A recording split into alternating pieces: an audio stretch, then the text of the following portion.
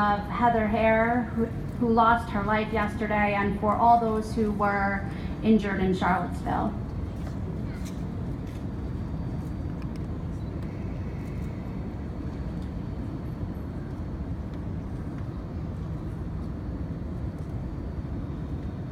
I have two words for us to say together this evening. Never again. Never again. As children, we were taught that the atrocities of the Holocaust were a thing of the past. They would not and they could not be replicated in modern times, and we learned to say never again. Never again. Many of us have the family that suffered or succumbed at the hands of the Nazis. Many of us are children or grandchildren of World War II soldiers who fought against their cruel regime. Some came home and shared their experiences. Others lost their lives. For generations now, we've learned their stories, honored their memories. Through our actions and with our voices raised, we declared never again. Never again. Never again will we allow hatred to tear at the very fabric of society. Never again is our declaration of commitment to actively work to eviscerate tyranny, hatred, genocide from our world. Yesterday morning, as bigots gathered in Charlottesville, Virginia, I stood in front of my congregation at Beth Israel and shared pieces of a story from my teacher, Rabbi Pesach Schindler, who passed away last week. At the age of 8, he was placed in a German orphanage in 1939, and of the 150 children who lived there, he and 3 other young boys were the only survivors. They were able to escape certain death only because they could hide behind blue eyes and blonde hair.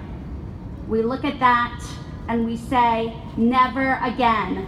Never again. Never again should people be persecuted because of religion.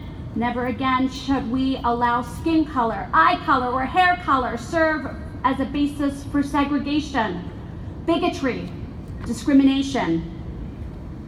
75 years ago, the Nazis were in the midst of deporting 300,000 Jews from the Warsaw Ghetto to extermination camps. During this dark period of history, millions upon millions of human beings senselessly lost their lives. Cities were destroyed, families were destroyed. Yet in the midst of all of this, people looked to offer hope. Anne Frank, a teenage girl who spent years hidden in an attic, kept a diary that many of us have been privileged to read. And in it she states, "I keep my ideals because despite of everything, I still believe that people are really good at heart. How wonderful it is that people not wait a single moment before starting to improve the world." If she could find hope in a dank attic, hungry, hot, and scared, we can find hope tonight. We look into one another's eyes and we know that we are not alone in our quest for peace. We will raise our voices and we will say never again. Never again. I turn to the book of Psalms for inspiration and find the words, Hine matov umanaim shevet achim gam yachad. How good, how pleasant it is when brothers and sisters can sit together. We can sit together and more importantly, we stand together. We stand for unity and against hatred. We stand for inclusion and against destruction.